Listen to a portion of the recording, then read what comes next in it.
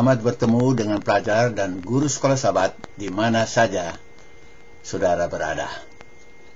Tayangan ini membahas pelajaran sekolah Sabat yang ke-6 dengan judul Unsur Etnis dan Pemuridan.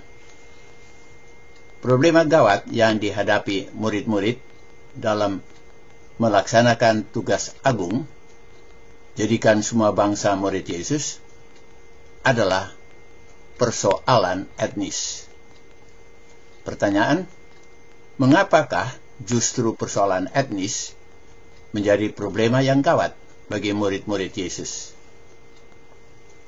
Murid-murid Yesus merupakan sekelompok kecil orang Yahudi yang diberi tugas untuk membawa pekabaran Injil kepada seluruh umat manusia yang bukan Yahudi, yang dianggap orang kafir. Selain tugas mereka adalah besar, murid-murid Yesus masih beranggapan seperti orang banyak bahwa pekabaran keselamatan adalah hanya untuk orang Yahudi saja. Karena Yesus mengetahui problema yang gawat ini, jauh hari sebelumnya, ia sudah mulai mengoreksi salah tanggapan itu. Pekabaran keselamatan adalah untuk segenap umat manusia, termasuk mereka yang bukan Yahudi. Pertanyaan, bagaimanakah tanggapan yang salah itu dapat terjadi? Nah, sewaktu bangsa Israel untuk pertama kali menduduki tanah Kanaan setelah mereka keluar dari Mesir, mereka ditugaskan untuk membinasakan bangsa Kanaan yang bejat moral itu.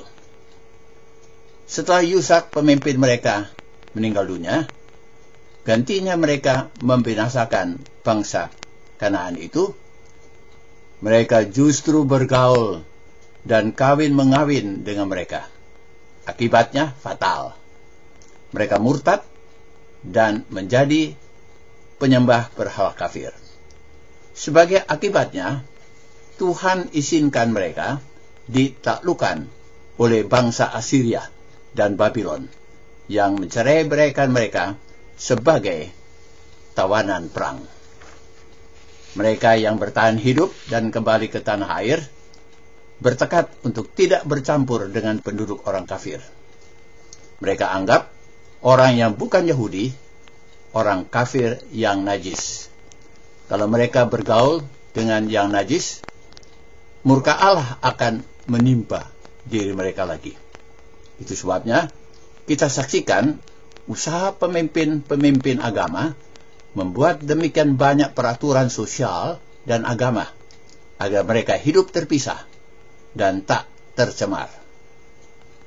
Perhatikan bagaimana sikap bangsa Yahudi bergeser dari satu pola hidup yang ekstrim, ialah bercampur dengan orang kafir, ke pola hidup lainnya yang juga ekstrim, ialah mengasingkan diri dari orang kafir.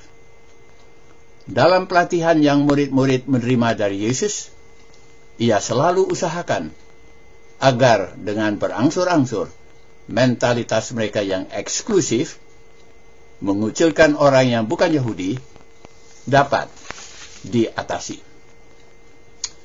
Marilah kita mulai dengan orang Samaria pada zaman Yesus.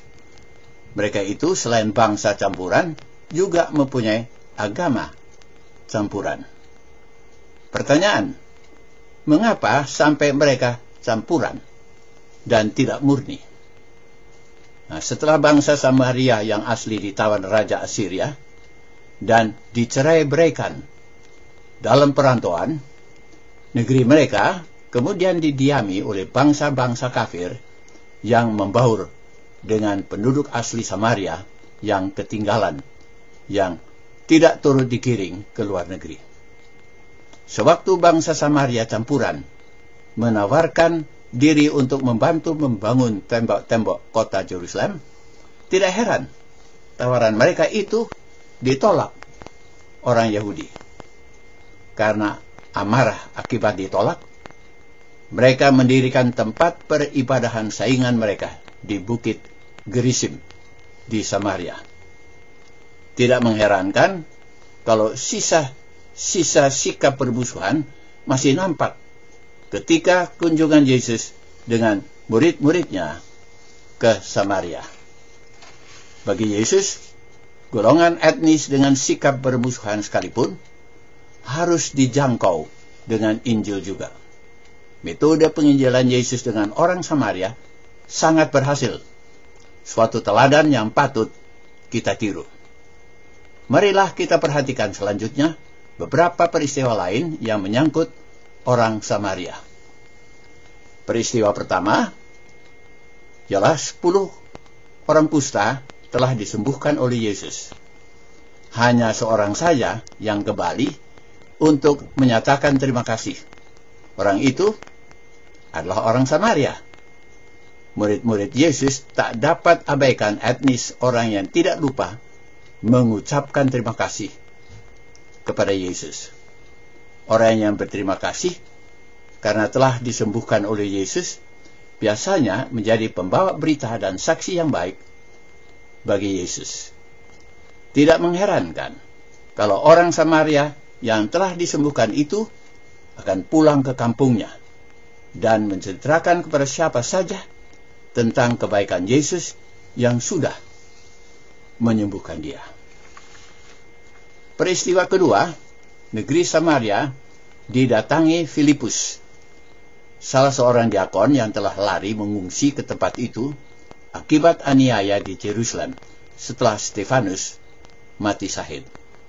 Di Samaria, Filipus menginjil dan banyak orang yang menerima pekabarannya. Bantuan tenaga dikirim dari Yerusalem untuk mendukung pekerjaannya. Pertanyaan, apakah faktor yang menopang keberhasilan penginjilan di Samaria yang pernah menolak kunjungan Yesus dan murid-muridnya?